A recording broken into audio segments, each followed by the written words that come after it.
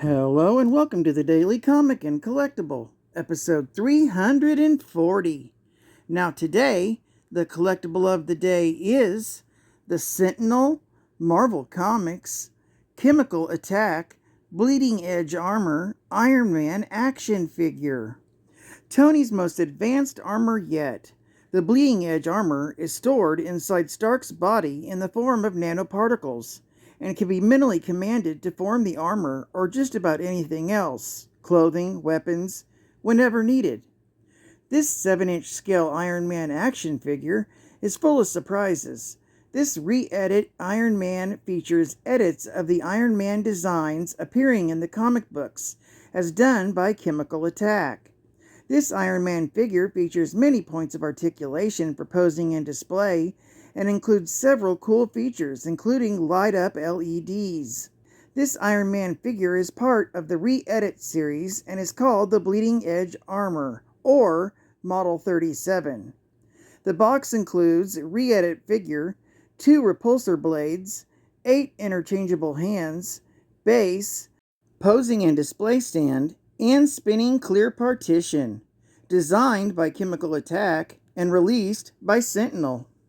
Now, the comic of the day is Invincible Iron Man, Volume 1, Issue number 501, with a cover date of April 2011, with story by Matt Fraction, art by Salvador Larroca, and cover by Salvador Larroca.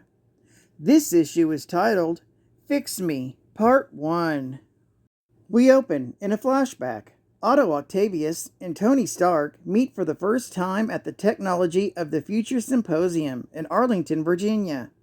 Stark sits in the lobby playing with a Rubik's Cube when Octavius lets him know they're waiting on him for lunch plans.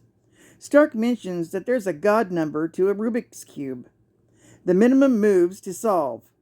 Otto walks away, calling Stark an idiot.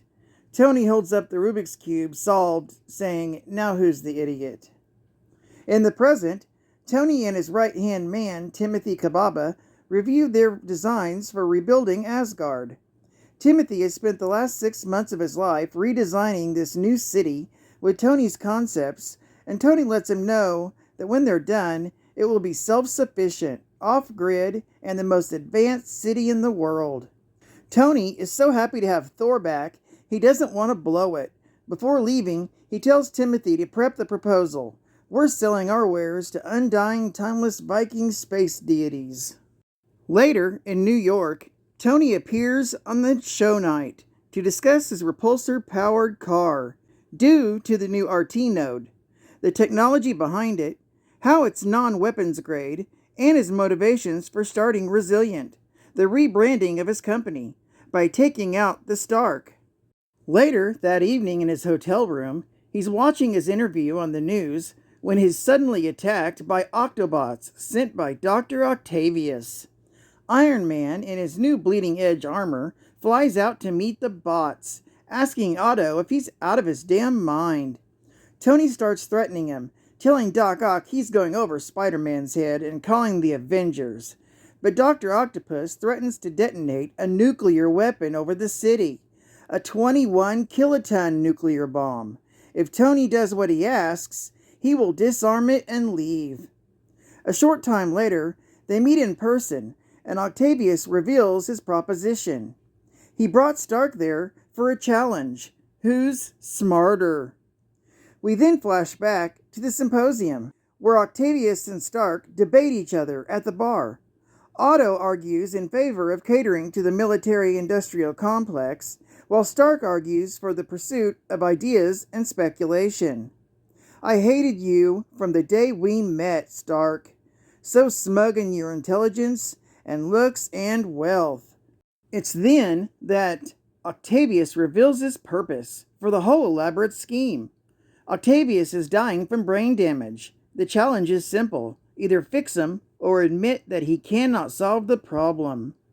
The world watched while you had your brains bashed in and you were considered brain dead, yet you saved your mind from what was a terminal, irreversible state.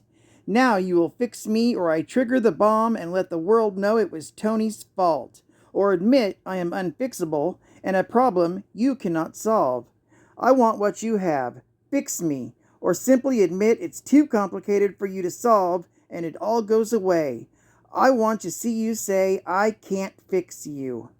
Tony is also warned that if he tries any funny business, not only will the bomb detonate, but he also acquired some personal insurance. For additional leverage, Electro and Sandman capture Timothy Kababa, his assistant.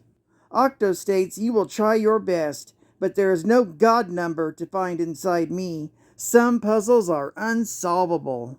There are things that you just can't fix.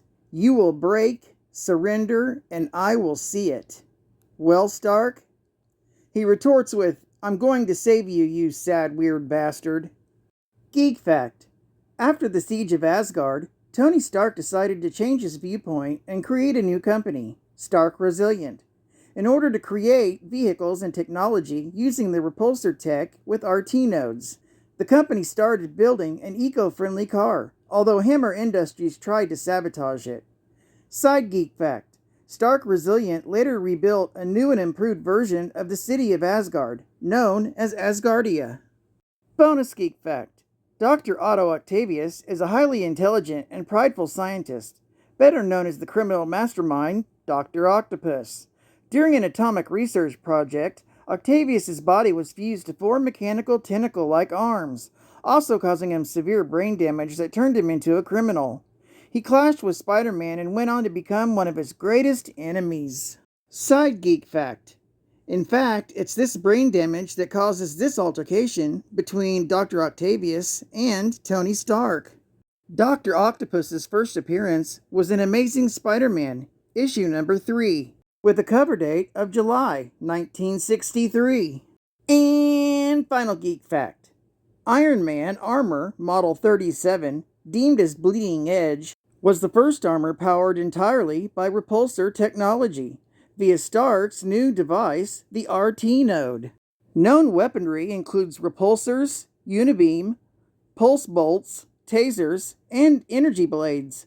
Defense include deflector shields, and any other type of weapons or upgrades were created out of Stark's imagination.